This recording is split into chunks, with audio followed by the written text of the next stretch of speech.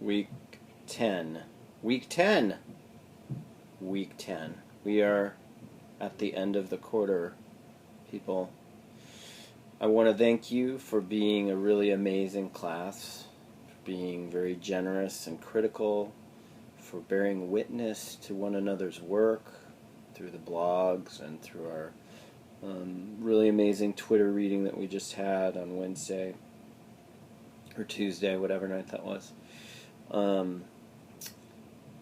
I want to leave you not with some sort of lecture or idea, but just with what I hope you take away from the class. What maybe you have received through me, through some of my instruction, and that would be two things. One is passion.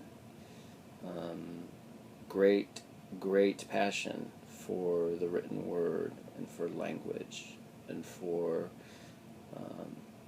all of the forms of literary expressions and art. For me, that's what saves my life, is just the immense passion I have for that expression, the revelation of inner life. I love reading, and I love poems, and I love stories and essays.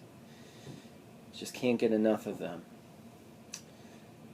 Two, somewhat related, is openness and generosity. Those things, to me, go hand in hand.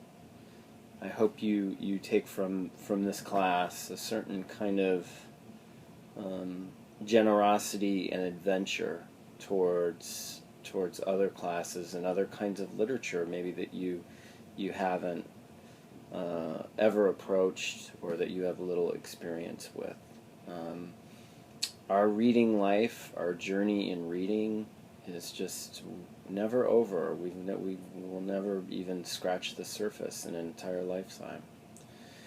And so I hope you guys take those two things with you, that sort of great passion and openness. Those things will in turn help you write very beautiful poems and very beautiful stories, because they will help you be more compassionate towards your own characters or your own personas or selves. Alright, I'm going to leave you with a poem by W.S. Merwin. It's a poem that has been written in verse, not in prose. I know from now on that you will be thinking, every time somebody says poem, you'll be like, well, I wonder if that's a poem that has been written in verse or it has been written in prose. I know that you're going to be thinking about the compound complex sentence long after this class ends. Here's a poem by W.S. Merwin. It's called Berryman. Berryman is a poet, John Berryman. Berryman. I will tell you what he told me in the years just after the war, as we then called the Second World War. Don't lose your arrogance, he said.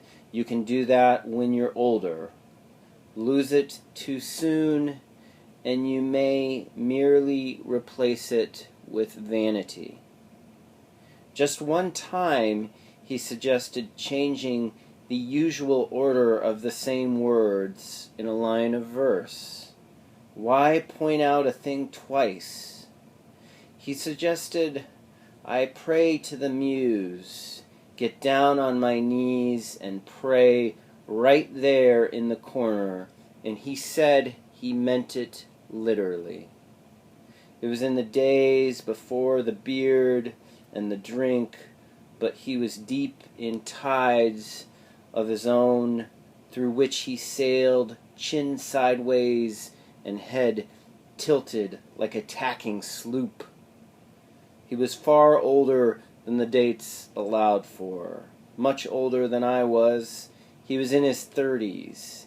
He snapped down his nose with an accent I think he had effected in England. As for publishing, he advised me to paper my wall with rejection slips. His lips and the bone of his long fingers trembled with the vehemence of his views about poetry. He said, the great presence that permitted everything and transmuted it in poetry was passion. Passion was genius, and he praised movement and invention. I had hardly begun to read. I asked, how can you ever be sure that what you write is really any good at all? And he said, you can't. You can't. You can never be sure. You die without knowing whether anything you wrote was any good. If you have to be sure, don't write. All right, class. Have a very good holiday. And again, thank you for a really amazing quarter of work. You guys are very, very talented writers. I loved reading your work. Take care.